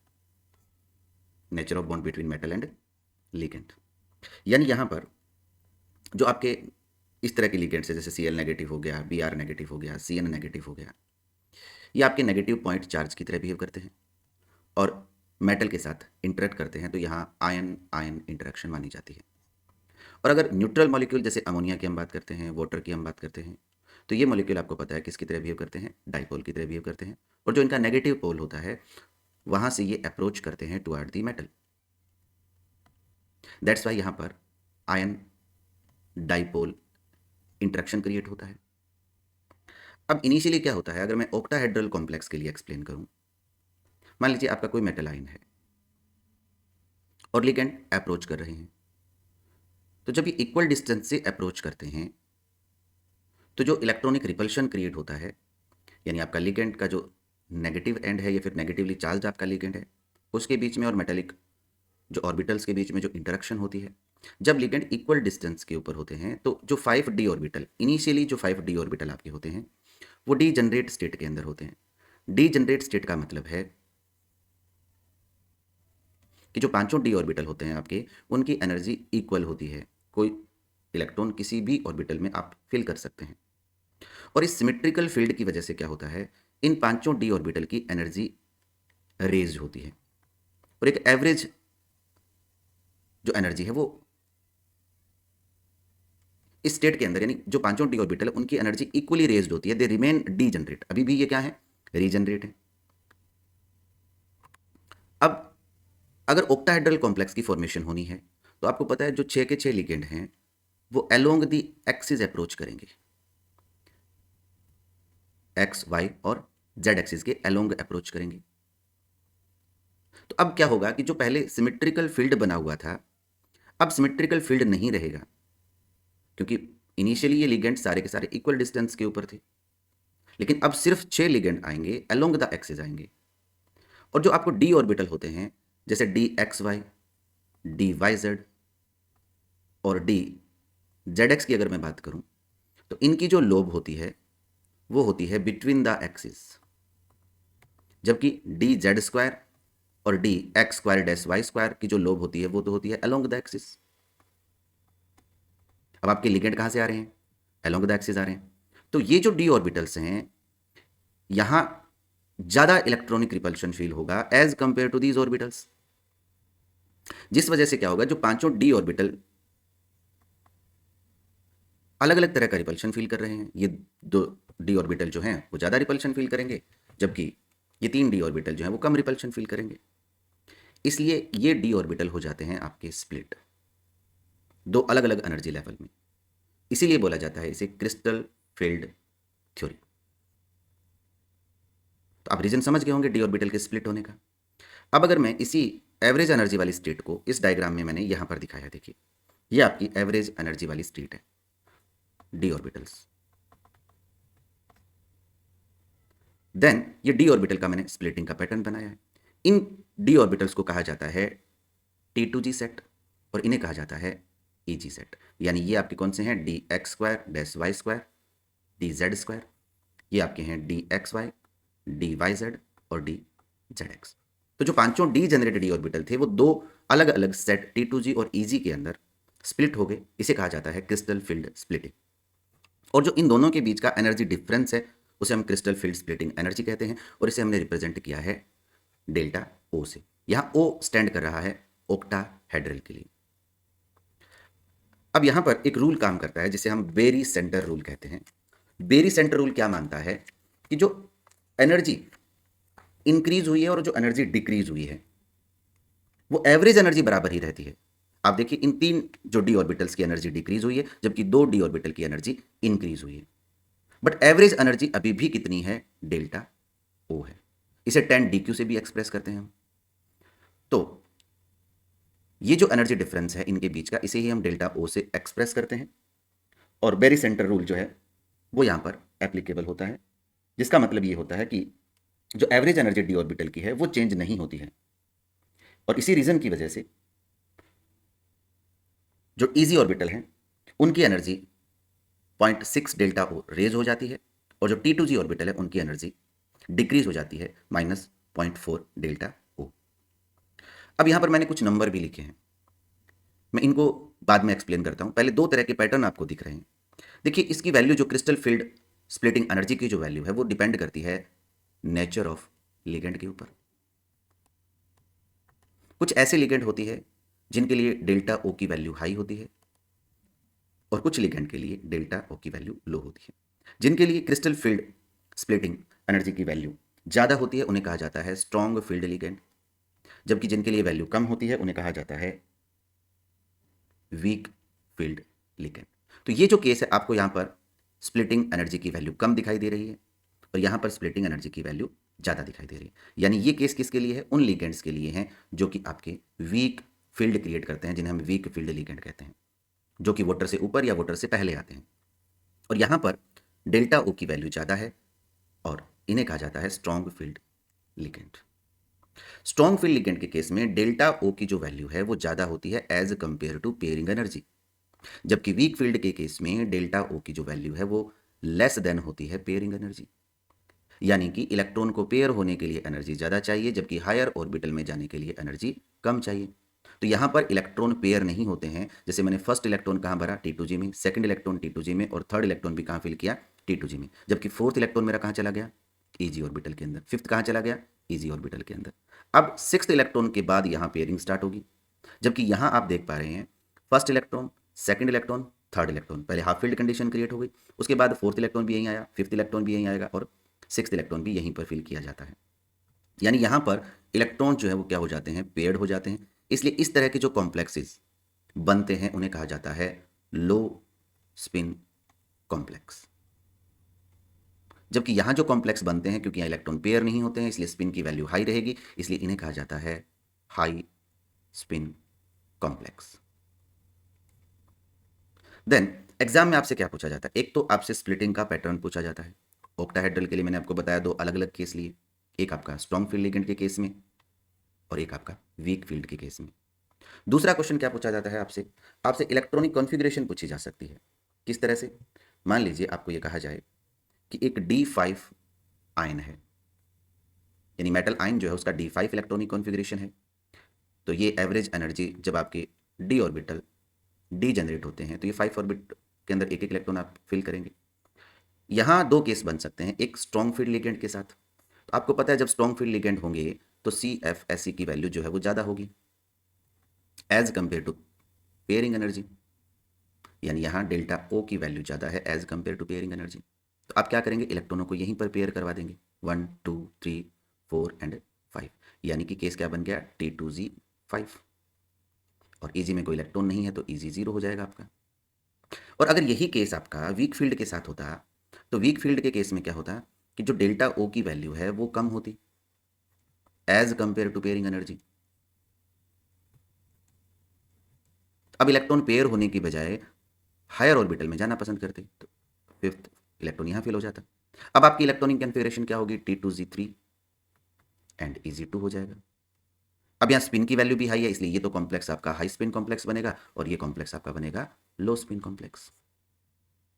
तो अगर D1 की बात करें तो सेम आपका फर्स्ट इलेक्ट्रॉन यहीं आएगा, इसमें भी यहीं आएगा, सेम इलेक्ट्रॉनिक कॉन्फ़िगरेशन क्या? T2Z1। अगर मैं D2 की बात करूं, D3 की बात करूं तो सेम आपका इलेक्ट्रॉनिक कॉन्फ़िगरेशन रहेगा दोनों केस में, चाहे तो आपका हाई स्पिन कॉम्प्लेक्स हो चाहे आपका लो स्पिन कॉम्प्लेक्स हो, दोनों ही केसेस में सेम रहेगा। यानी D3 तक कोई चेंज नहीं है, same electronic configuration T2Z1 T2Z2 T2Z3। अब अगर D4 की बात करें तो अगर लो स्पिन कॉम्प्लेक्स है तो आपका इलेक्ट्रॉन कहाँ जाएगा? T2Z में जाएगा। तो यहाँ तो हो जाएगा T2Z4 EG0, जबकि यहाँ क्या हो जाएगा आपका T2Z3 and EG1। Same D5 की अगर हम बात करें तो T2Z3 EG2 हाई स्पिन के केस में और T2Z5 in case of low spin complex और EG0 हो जाएगा। अगर D6 की बात करें, D7 D8 D9 और D10। देखिए D10 के केस में चाहे आपका हाई स्पिन कॉम्प्लेक्स हो चाहे लो स्पिन कॉम्प्लेक्स हो, दोनों में सेम रहेगा। D6 की अगर हम बात करें और हाई स्पिन की अगर हम बात करेंगे तो आपका T2Z, देखिए पहले आप 3 इलेक्ट्रॉन फिल करेंगे फिर 2 ऊपर फिल करेंगे, तो इसका मतलब T2Z4 EG2, जबकि लो स्पिन में T2Z6 हो जाएगा और EG0 हो जाएगा। D7 की अगर हम बात करेंगे तो T2Z5 EG2, देन यहाँ T2Z6 और EG1। देन अगर 8 की बात करेंगे तो ये T2Z6 EG2, यहाँ T2Z6 और EG2 हो जाएगा। तो D8 में सेम इलेक्ट्रॉनिक कॉन्फ़िगरेशन मिलता है, आइदर आपका कॉम्प्लेक्स हाई स्पिन कॉम्प्लेक्स हो चाहे आपका लो स्पिन कॉम्प्लेक्स हो। D9 में भी सेम रहेगा और D10 के अंदर भी सेम ही कंडीशन क्रिएट होगी। तो देखिए D1 से लेकर के D3 तक सेम है, और D8, D9 और D10 के अंदर भी सेम है। डिफरेंट कहाँ है? D4 से लेकर के D7 तक का जो इलेक्ट्रॉनिक कॉन्फ़िगरेशन होता है हाई स्पिन का और लो स्पिन का, वो डिफरेंट होता है। तो आप एक स्प्लिटिंग पैटर्न को अच्छे से समझेंगे और इन वैल्यूज़ को ना भूलें कि कितनी एनर्जी रेज हो रही है और कितनी एनर्जी डिक्रीज हो रही है। बार बार आप ये भूल जाते हैं, तो इसको अच्छे से आप समझेंगे। नेक्स्ट अगर हम टेट्राहेड्रल कॉम्प्लेक्स की बात करें तो देखिए अगर क्रिस्टल फील्ड स्प्लिटिंग थ्योरी को हम टेट्राहेड्रल पर अप्लाई करें तो एक टेट्राहेड्रल की फॉर्मेशन तब होती है जब आपके लिगेंड अप्रोच करते हैं बिटवीन द एक्सिस। ऑक्टाहेड्रल में हमने देखा लिगेंड कहां से अप्रोच कर रहे थे? Along the axis. जबकि टेट्राहेड्रल की फॉर्मेशन कब होती है? जब चार लिगेंड आपके बिटवीन द एक्सिस अप्रोच करते हैं। अब जब ये बिटवीन द एक्सिस अप्रोच कर रहे हैं तो आपको पता है DXY, DYZ और जो DZX ऑर्बिटल्स होते हैं, इनकी लोब कहां है? इनकी लोब है between the axis. That's why they feel more repulsion by the ligand. Whereas DZ² और DX² की अगर हम बात करें तो इनकी लोब होती है अलोंग द एक्सिस, इसलिए कम रिपल्शन फील करेंगे। तो स्प्लिटिंग में क्या होगा? देखिए ये एवरेज एनर्जी आपकी डीजेनरेट लेवल अभी भी मेंटेन है, ये आपका फ्री मेटल आयन, और इनकी एनर्जी एवरेज एनर्जी रेज्ड होगी। अब पैटर्न क्या बनेगा कि वो ऑर्बिटल जो ज़्यादा रिपल्शन फील करें उनकी एनर्जी तो इंक्रीज होगी। अब यहाँ कौन ज़्यादा रिपल्शन फील करेंगे? ये वाले जो ऑर्बिटल रिपल्शन ज़्यादा फील करेंगे, इसलिए इनकी एनर्जी क्या हो जाएगी? इंक्रीज हो जाएगी, और इनकी एनर्जी डिक्रीज हो जाएगी। एवरेज एनर्जी इक्वल रहेगी। इस तरह से अगेन आपके पास दो सेट बनते हैं। इस बार इन सेट को हम बोलते हैं ओनली ई, और इनको बोला जाता है T2। ध्यान दें यहाँ जी नहीं है और ना यहाँ पर जी है। और इनके एनर्जी डिफरेंस को डिनोट किया जाता है डेल्टा टी से। वहां हम किसे? डेल्टा ओ से, जबकि यहां पर हम डेल्टा टी से एक्सप्रेस कर रहे हैं। कितनी एनर्जी? ये आपका वेरी सेंटर हो गया।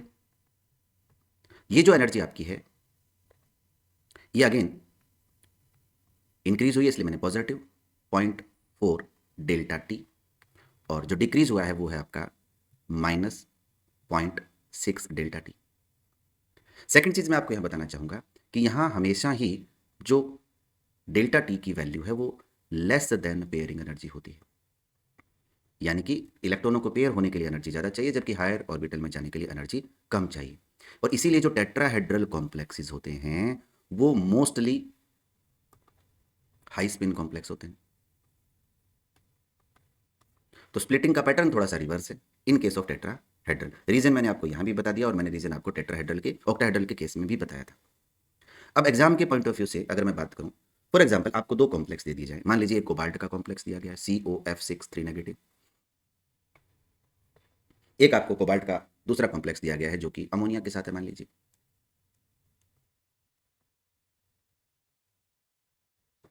और आपसे पूछा जाए कि इनके लिए क्रिस्टल फील्ड स्प्लिटिंग किस तरह से होगी और इलेक्ट्रॉनिक कॉन्फ़िगरेशन क्या होगा और किस तरह के कॉम्प्लेक्सेस बनेंगे। तो देखिए यहां से अगर मैं स्टार्ट करता हूं, ये आपकी एवरेज एनर्जी जो रेज्ड हुई थी डी ऑर्बिटल की, क्योंकि ये आपका स्ट्रॉन्ग फील्ड लिगेंड है, और स्ट्रॉन्ग फील्ड लिगेंड होने की वजह से यहां पर डेल्टा ओ की जो वैल्यू है वो ज़्यादा रहेगी as compare to pairing energy. जबकि यहाँ वीक फील्ड लिगेंड है, इसलिए जो आपका मैग्नीट्यूड रहेगा डेल्टा ओ का वो कम रहेगा as compare to pairing energy. यानी इस केस में delta O is less than pairing energy. तो अब क्या है? कोबाल्ट, दोनों ही केस में कोबाल्ट 3 पॉजिटिव और कोबाल्ट 3 पॉजिटिव में आपको पता है जो इलेक्ट्रॉनिक कॉन्फ़िगरेशन इनकी होती है वो होती है D6। अब 6 इलेक्ट्रॉन देखिए, क्योंकि ये तो इक्वल एनर्जी के हैं इसलिए 6 इलेक्ट्रॉनों का पैसे फिल करेंगे। जबकि इस केस में जहां पेयरिंग एनर्जी की वैल्यू कम है तो आप लोअर जो T2G ऑर्बिटल है वहीं पर इन 6 इलेक्ट्रॉन्स को आप पेयर करवा देंगे। यानी इलेक्ट्रॉनिक कॉन्फ़िगरेशन क्या हो गया? T2G6 और EG0। यहाँ अगर हम देखेंगे तो पेयरिंग एनर्जी की वैल्यू ज़्यादा है, यानी इलेक्ट्रॉनों को पेयर होने के लिए एनर्जी ज़्यादा चाहिए, तो आप पहले सिंगल सिंगल इलेक्ट्रॉन T2G में और EG में फिल करेंगे। अब आपके पास एक इलेक्ट्रॉन और बच गया जो कि आपका लोअर एनर्जी लेवल में आ जाएगा। अब यहाँ स्पिन की वैल्यू ज़्यादा है, इसलिए ये कॉम्प्लेक्स आपका कैसा होगा? High spin complex. और ये किस तरह का कॉम्प्लेक्स होगा?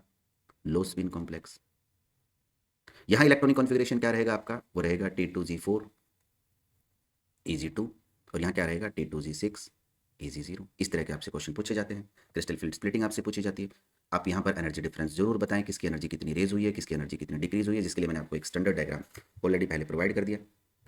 ये डायग्राम आप देख सकते हैं, जिसमें मैंने सारी वैल्यूज़ को प्लेस किया है। अब एक चीज़ और बता देता हूँ, देखिए ये अगर आप डेल्टा ओ की फॉर्म में एक्सप्रेस कर रहे हैं तो ये 0.6 है, और अगर क्योंकि इसी एनर्जी के जो मैग्नीट्यूड है उसको 10 डी क्यू से भी एक्सप्रेस किया जाता है, इसलिए ये 6 है और ये 4 है डी क्यू।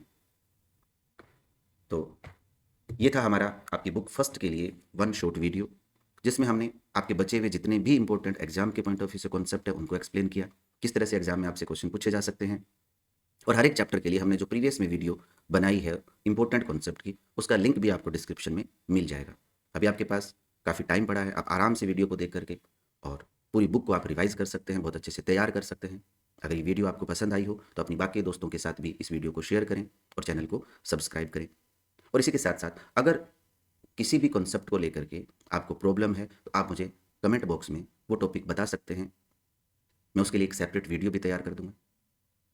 तो चैनल को जरूर सब्सक्राइब करिए। Thank you.